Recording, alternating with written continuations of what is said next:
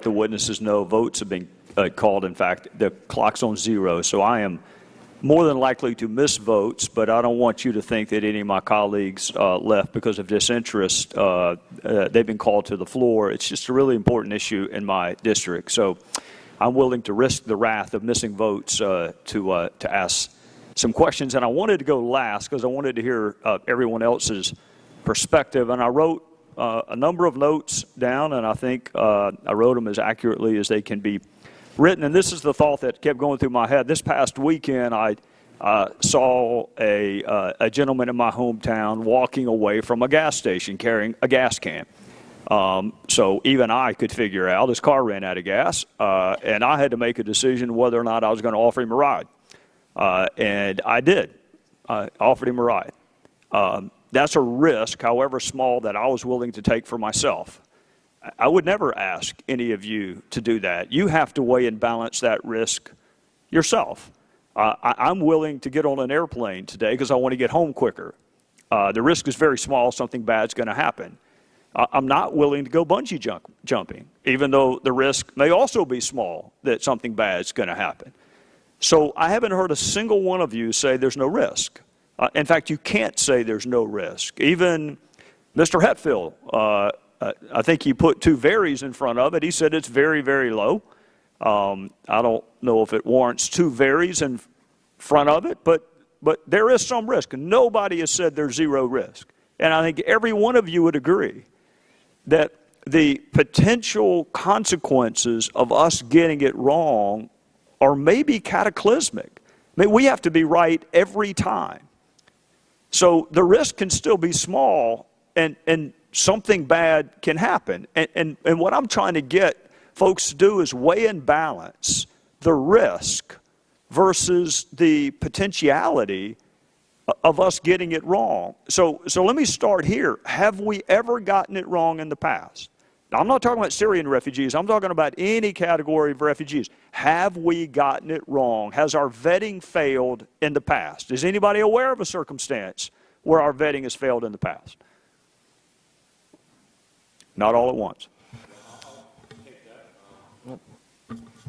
I'll take that one, Congressman. The answer is yes, many times. Just earlier this year, an Uzbek refugee, admitted as a refugee, was convicted of assisting terrorism. A couple of years ago, 2 Iraqi refugees in Kentucky who had been admitted. It turned out they had their fingerprints turned up later on IEDs. And so the critics of skeptics, the defenders of bringing Syrians, they insist on saying no one has been convicted, no refugee has been convicted of no Syrian refugee has been convicted of terrorist activities in the United States. But these Iraqis killed Americans abroad. That doesn't make me feel better. Well, the conviction, they didn't do it here. The conviction doesn't mean anything to me. The terrorist attacker is not going to be convicted because he's dead. So you can't use conviction as a barometer for whether or not somebody has been a threat. They may not be around to convict. So does anybody disagree that there have been failures in vetting? Does anybody take the made no mistakes? Chairman Gowdy, I agree with you that in the history of the 3 million refugees who have come here, there have been a handful who have been a threat to the United States. And fortunately, they have been stopped before anything bad happened. And the 2 Iraqis in Kentucky were the most shocking example. They had done bad things in Iraq. They had lied to get into the country. And had our current system been in place, they would have been caught before they got here. And that's why the system has been improved since that episode. You had said few things in life are risk-free. I heard the governor of Washington State say you take a risk when you get out of bed in the morning. I mean, there's a lot of dangers in the world, absolutely. But I think the program that we run does as much as humanly possible to reduce the risks of bringing refugees to this country. And we have great confidence in it. and we invite members to come out to the field and meet some of the people who interview the refugees and sit through some of the briefings by Leon's team that I've sat through. It's a very impressive, a very thorough event. And Ms. Richard, that's what makes me hate waste, fraud, abuse, deception so much, is that when anyone engages in it, it also impacts those who would never consider engaging in it, because it makes everyone have to stop and think. There is some risk. There's a great reality that if we get it wrong, something bad could happen. And you have to balance the risk with the potentialities of something bad happening. And when you do have people who abuse any system, believe it or not, there have been federal judges who undergo rigorous screening, including going back and talking to neighbors from 25 years ago. And they still turn out. We get it wrong with them from time to time. United States attorneys, serious FBI background checks with every available database. We still get it wrong from time to time. Even members of Congress, believe it or not, we get it wrong from time to time. So that's what I'm trying. We can't do it this morning, but you can't say there's no risk, and I appreciate the fact that nobody's tried to say that.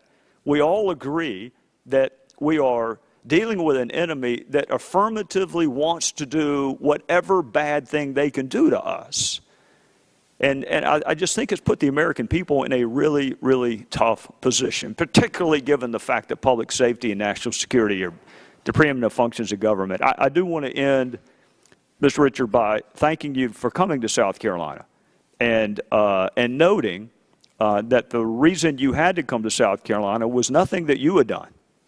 And to Mr. Hetfield and others in his line of work, you're exactly right. The sheriff needs to be talked to, the superintendents need to be talked to, the community needs to be talked to, not simply people who may be supportive.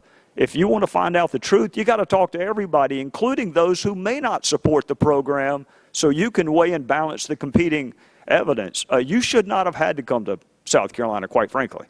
You should not have had to. It should have been done well before you and I ever met. So I think a lot of the information, the sooner it's shared and the more fully it's shared, the better people can make informed decisions. So as I leave to explain to the majority leader why I missed a vote, this is what I would encourage everyone to do. I really, Mr. Rodriguez and Ms. Richard, what I really wanted to do if we weren't going was get you to walk the American people through every step of the vetting process. I really do like the director of the FBI. But I also acknowledge that the FBI may be experts in this realm of data. You have access to other realms of data. And again, people can draw whatever conclusions they want to draw. It's really none of my business. But until they have all the facts, you can't draw any conclusions. So to the extent you or someone else can just lay out for the American people every single step, and every database you can access, and every question you can ask, and the training of the people doing the questioning, folks are still going to come down on different sides of this issue. They just are. But at least they'll know they did it, having access to every bit of information.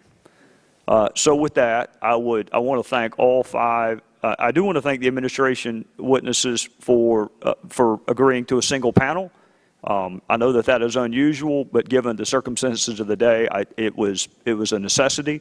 We'll thank all of our witnesses, and with that, I'm going to head to the floor, and we're adjourned. Thank you. Thank you, Chairman.